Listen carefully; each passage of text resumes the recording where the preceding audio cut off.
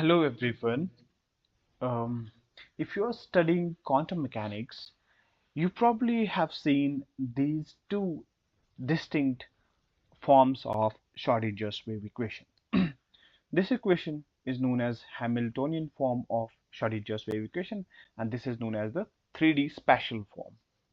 Where there are different terms, and the psi is a wave function, h is a reduced Planck's constant, I is iota, which is the square root of -1, and V is a finite potential. Uh, but actually, what problem is, it's a very common confusion among the students while they are studying quantum mechanics, mm, is that how is Hamiltonian form similar to 3D form? So actually, they are actually similar, but if we could use some of the operators in the Hamiltonian form, we will actually reach at this 3D spatial form. So today we are going to do those manipulations and to use those um, operators to reach at this 3D spatial form from this Hamiltonian form. So if we are going to put this value of Hamiltonian form right here, so what we are going to get is that we're going to get iota into h bar into del psi over del t is equal to so instead of Hamiltonian operator, what I'm going to get, I'm going to put p square, which is the momentum, in upon 2m plus this potential v into psi. Okay, so this is the form that we get after putting the value of the Hamiltonian form, Hamiltonian operator in this equation in Hamiltonian form. But as you can see that these two equations look totally different from each other. But what we can do in this equation is that we can use an operator.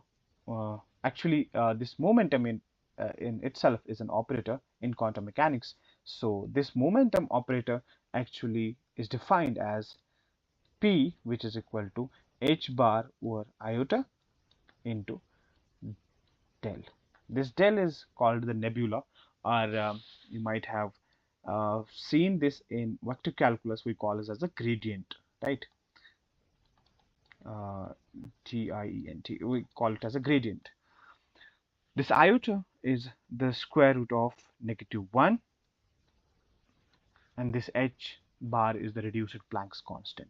So if we put the value of P in this equation, so what we are going to get is that we are going to get iota into h bar del psi over del t is equal to, so p square, instead of p square I'm going to write h square into del square over 2m into iota square plus v into psi.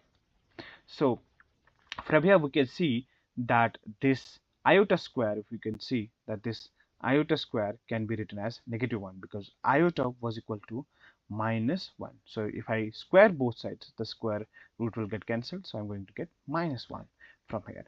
So what we are going to get is that I'm going to get is iota into h bar del psi over del t is equal to, so because of this iota square I'm going to get negative here, so it will be h square into del square by 2m plus v into psi.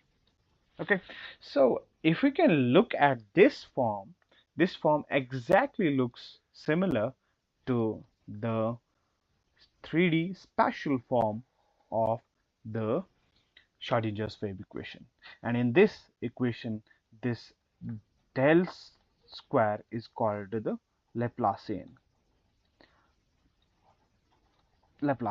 So this Laplacian is defined as del square by del square upon del square x plus del square over del y square plus del square over del z square. But this del is actually the partial derivative of the function that we are going to see in this equation. It's actually the Laplacian operator is applied over some function. So in this equation, this Laplacian operator will be applied over this wave function psi. I hope you got this uh, how we actually reach from Hamiltonian form to the 3D spatial form using some of the simple manipulations. It was very simple, but it creates a lot of confusion sometimes among the students. Thank you.